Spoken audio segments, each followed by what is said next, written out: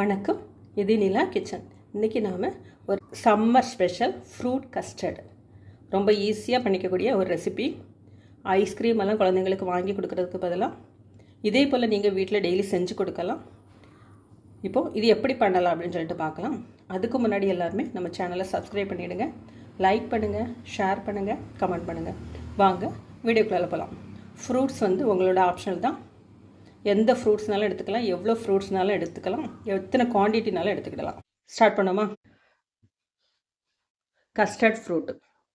இப்போ நான் என்னெல்லாம் எடுத்துருக்கிறேன் அப்படின்னா, நம்ம தோட்டத்து பனானா, சப்போட்டா, நம்ம வீட்டு ஃபேஷன் ஃப்ரூட், ப்ளஸ் அதோட ஆப்பிள், ஆரஞ்சு, ஸ்ட்ராபெரி, ப்ளூபெரி.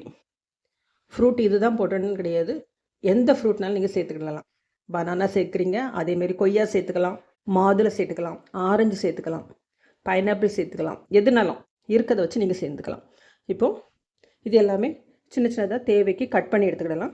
பால் காய்ச்சிடலாம். பால் லைட்டாக சூடானோன்னு ஒரு டம்ளரில் கொஞ்சமாக விட்டுடுங்க. கஸ்டர்ட் பவுடர் எடுத்துடுங்க. 1 டேபிள் ஸ்பூன் கஸ்டர்ட் பவுடர் எடுத்துருக்கிறேன். இதை வெதுவெதுப்பான பால் சூடாக போட்டிங்கன்னா கட்டி பிடிச்சிரும்.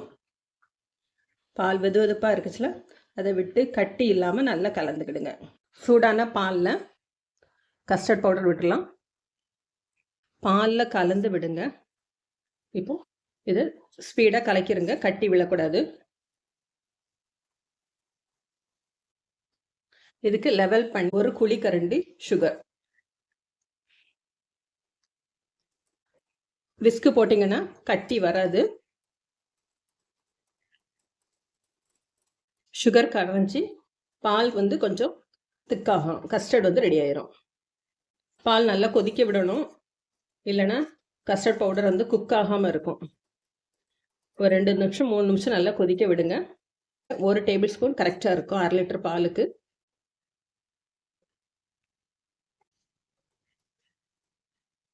இனிப்பு உங்களோட டேஸ்ட்டுக்கு நீங்கள் போட்டுக்கலாம். நான் 1/2 லிட்டர் பாலுக்கு 1 குழிக்கரண்டி லெவல் பண்ணி நான் போட்டிருக்கிறேன். ஒரு 50 கிராம் சுகர் இருக்கும். ஏன்னா ஃப்ரூட்ஸ் எல்லாமே சுகர் இருக்கும், இனிப்பு இருக்கும். அதனால நீங்கள் கொஞ்சம் பார்த்தே போட்டுடுங்க. இப்போ நம்மளோட கஸ்டர்டு ரெடி ஆயிடுச்சு. இதை இப்போ ஸ்டவ் ஆஃப் பண்ணிடலாம், சூடு ஆறட்டும். அதுக்குள்ளால ஃப்ரூட்ஸ் எல்லாம் கட் பண்ணி எடுத்துருவோம். பெரிஸ் அப்படியே முழுசாவே போட்டுடலாம் ஃபுல்லாக. ஸ்ட்ராபெரி கடைசியில் போடுங்க, ஃபர்ஸ்ட் கட் பண்ணி தனியாக வச்சுருவோம்.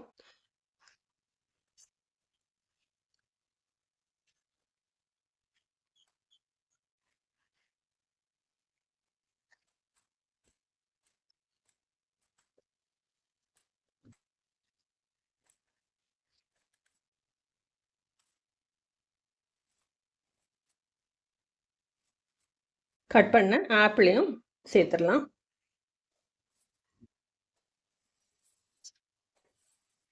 Orange,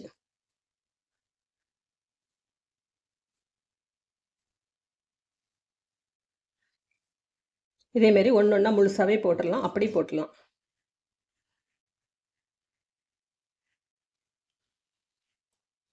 orange,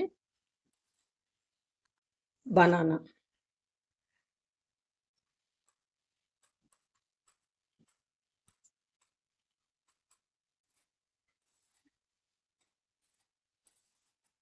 fashion fruit.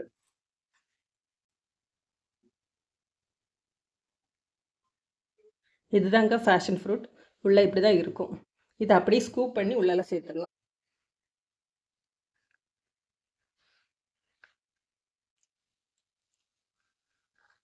Fashion ஃப்ரூட்டை அப்படியே ஸ்கூப் பண்ணி உள்ளால சேர்த்துருவோம்.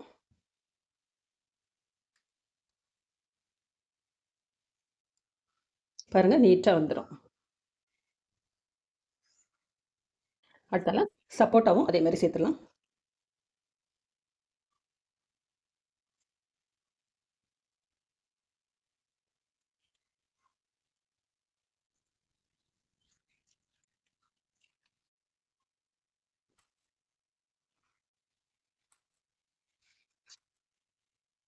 சீடெல்லாம் எடுத்து கட் பண்ண சப்போட்டாவும் ஆட் பண்ணிடலாம். ஃப்ரூட்ஸ் எல்லாமே கட் பண்ணி ஒரு பவுலில் எடுத்தாச்சு. இதோட ஸ்ட்ராபெரிஸையும் ஆட் பண்ணிடலாம். ரெடி பண்ண கஸ்டர்ட். நம்மளோட கஸ்டர்ட் வந்து நல்லா கூல் ஆனதுக்கப்புறமா இதில் அப்படியே விட்டுருங்க. இன்னும் ரிச்சாக வேணும் அப்படின்னா கண்டன்ஸ் மில்க்கு சேர்க்கலாம் இதோட ஃபைனலாக. இப்போ எனக்கு அது அப்படி போதும். நான் ஃபுல் க்ரீம் மில்க் தான் எடுத்துருக்கிறேன். இதை 1/2 மணிலேருந்து 1 மணி நேரம் ஃப்ரிட்ஜில் செட் பண்ணிடுங்க. செட் பண்ணிவிட்டு நீங்கள் சாப்பிடுங்க. நட்ஸு கூட சேர்த்துக்கலாம் வேணும்னா.